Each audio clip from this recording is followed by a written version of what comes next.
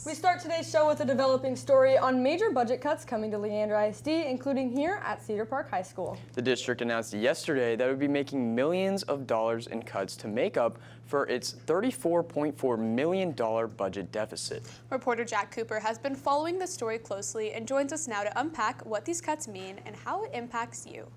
Thanks, Kira. To put it plainly, Leander ISD, along with public schools across Texas, have been facing a financial crisis for a few years.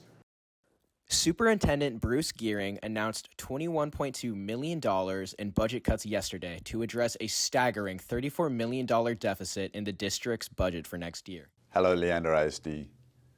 I come to you with a heavy heart and conflict in emotions. But this is important information that impacts all of us here in one LISD. The district attributes the deficit to the state of Texas, which has not increased public school funding since 2019. As a result, an average of 10 full-time teaching positions and 1 assistant principal will need to be cut from each high school effective next school year. Superintendent Gearing says these cuts do not come easily, but claims something had to be done. 87% of our budget is dedicated to staffing, and there just is no way to make this kind of budget reduction without significant impact on positions. And while it might not feel like it right now, making fiscally responsible decisions shows our commitment to putting students at the heart of our actions. Because I truly believe that the future of our state is sitting in our public schools. School funding has been at the center of the debate this legislative session, and just last night, Senate Bill 2, which lets families use taxpayer dollars for private schools, passed. The bill is passed.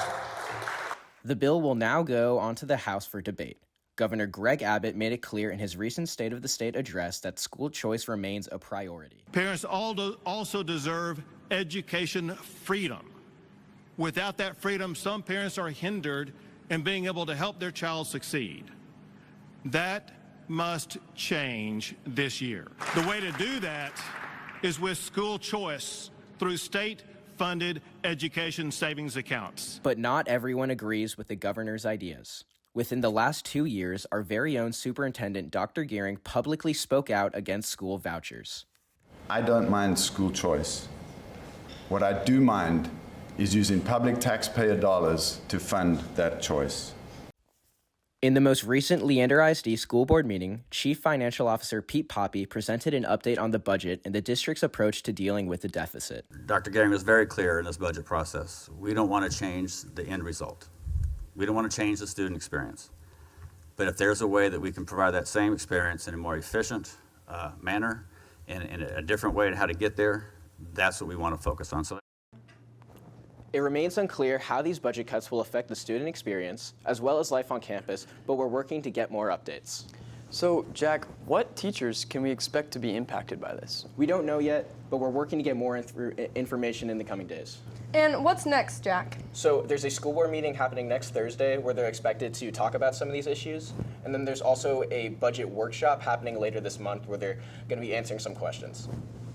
Thanks, Jack. We'll continue to keep you updated as this story develops.